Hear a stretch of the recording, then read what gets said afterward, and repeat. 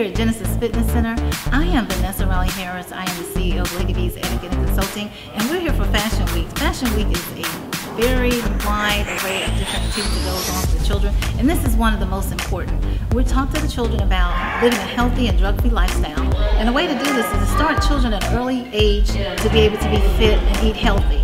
So we just hope that everybody can come out, see what we're doing, and enjoy these kids and see how excited they are about living a healthy, drug-free lifestyle and also getting really good eating habits. So, thank you. My name is Van Harris. I want to welcome you to Genesis Fitness.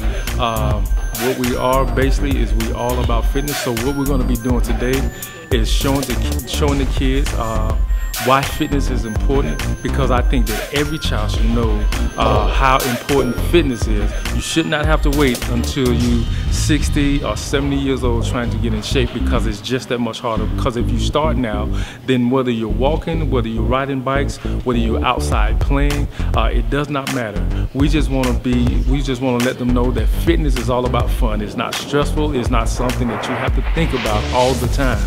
It's just making it a habit and making it part of your everyday life.